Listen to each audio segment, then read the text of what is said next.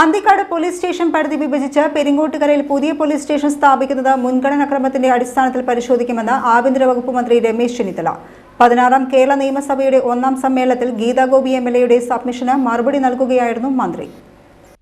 Anthikad police station പരിധി വിഭജിച്ച പെരിങ്ങോട്ടുകരയിൽ പുതിയ പോലീസ് സ്റ്റേഷൻ സ്ഥാപിക്കണമെന്നാണ് നിയമസഭാ സമ്മേളനത്തിൽ ഗീതാ ഗോപി എംഎൽഎ സബ്മിഷനിലൂടെ ഉന്നയിച്ചത്.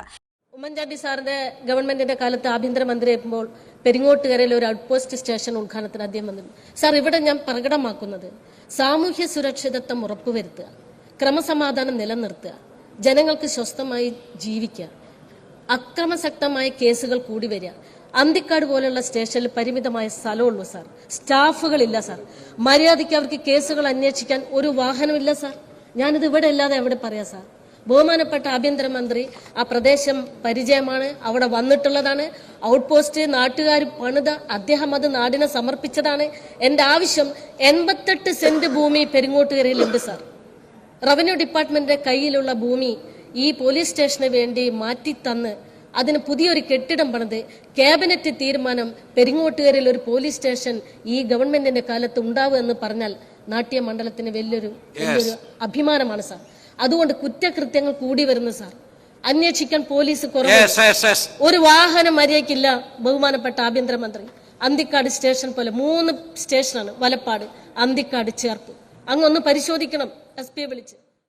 ഇതിനുള്ള മറുപടിയിലാണ് ആഭ്യന്തര വകുപ്പ് മന്ത്രി അനുകൂലമായ സമീപനം വ്യക്തമാക്കിയത്.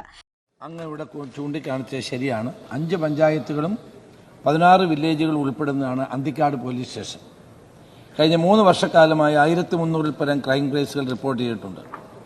അത് പോലീസ് ഈ കേസുകളിൽ ശക്തമായ നടപടി സ്വീകരിച്ചു വരികയും ചെയ്യുന്നുണ്ട്. സാർ, സംസ്ഥാനത്തെ വിവിധ ഭാഗങ്ങളിൽ വർദ്ധിച്ചു വരുന്ന ക്രൈം കേസുകളുടെ എണ്ണം, സ്റ്റേഷൻ പരിധിയുടെ വിസ്തീർണം, ജനസംഖ്യ തുടങ്ങിയ അടിസ്ഥാനത്തിലാണ് നിരവധിയായ അപേക്ഷകൾ പുതിയ പോലീസ് സ്റ്റേഷന് വേണ്ടി ഉയർന്നു വരുന്നുണ്ട്.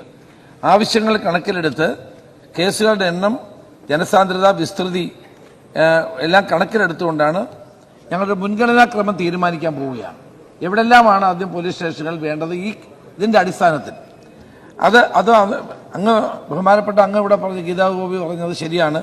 പെരിങ്ങോട്ടുകരയിൽ നമ്മൾ അന്ന് ഒരു ഔട്ട് പോസ്റ്റ് ഇനോഗ്രേറ്റ് ചെയ്തതാണ്, നാട്ടുകാർ നിർമ്മിച്ചു തന്നതാണ്, അതിൻ്റെ വാസ്തവമാണ്. ഏതായാലും ഒരു കാര്യം ഞാൻ ഇപ്പോൾ അംഗീകരിക്കുന്നു, അന്തിക്കാട് പോലീസ് സ്റ്റേഷനൊരു പുതിയ വാഹനം ഉടൻ തന്നെ നൽകും. അതോടൊപ്പം തന്നെ മറ്റു കാര്യങ്ങൾ പരിശോധിച്ചു. തൃശൂർ റൂറൽ പോലീസ് ജില്ലയിൽ ജനസാന്ദ്രതയും വിസ്തൃതിയും കൂടുതലുള്ളതാണ് അന്തിക്കാട് പോലീസ് സ്റ്റേഷൻ. 5 പഞ്ചായത്തുകളിലായി 16 വില്ലേജുകൾ ഉൾപ്പെടുന്നതാണ് അന്തിക്കാട് പോലീസ് സ്റ്റേഷന്റെ പരിധി. കഴിഞ്ഞ 3 വർഷ കാലയളവിൽ ശരാശരി 1300-ലേറെ ക്രിമിനൽ കേസുകളാണ് റിപ്പോർട്ട് ചെയ്തിട്ടുള്ളത്. സംസ്ഥാനത്ത് വിവിധ ഭാഗങ്ങളിൽ വർദ്ധിച്ചുവരുന്ന ക്രിമിനൽ കേസുകൾ അമർച്ച ചെയ്യാൻ പോലീസ് ശക്തമായ നടപടികൾ സ്വീകരിച്ചു വരികയാണ്. വർദ്ധിച്ചുവരുന്ന ക്രിമിനൽ കേസുകളുടെ എണ്ണം, സ്റ്റേഷൻ പരിധിയുടെ വിസ്തീർണം, ജനസംഖ്യ എന്നിവയുടെ അടിസ്ഥാനത്തിൽ പുതിയ പോലീസ് സ്റ്റേഷൻ സംബന്ധിച്ച നിരവധി അപേക്ഷകളാണ് ഉയർന്നുവരുന്നത്. ഈ ആവശ്യങ്ങൾ കണക്കിലെടുത്ത് നിലവിലെ പോലീസ് സ്റ്റേഷനുകളുടെ അതിർത്തി പുനർനിർണയിക്കുമെന്ന് ആഭ്യന്തര വകുപ്പ് മന്ത്രി പറഞ്ഞു. സ്റ്റേഷനുകളുടെ വിസ്തൃതി, ജനസാന്ദ്രത, ക്രിമിനൽ കേസുകളുടെ എണ്ണം എന്നിവ കണക്കിലെടുത്ത് സംസ്ഥാനത്ത് പുതിയതായി ആരംഭിക്കേണ്ട പോലീസ് സ്റ്റേഷനുകളുടെ മുൻഗണനാക്രമം നിശ്ചയിക്കും.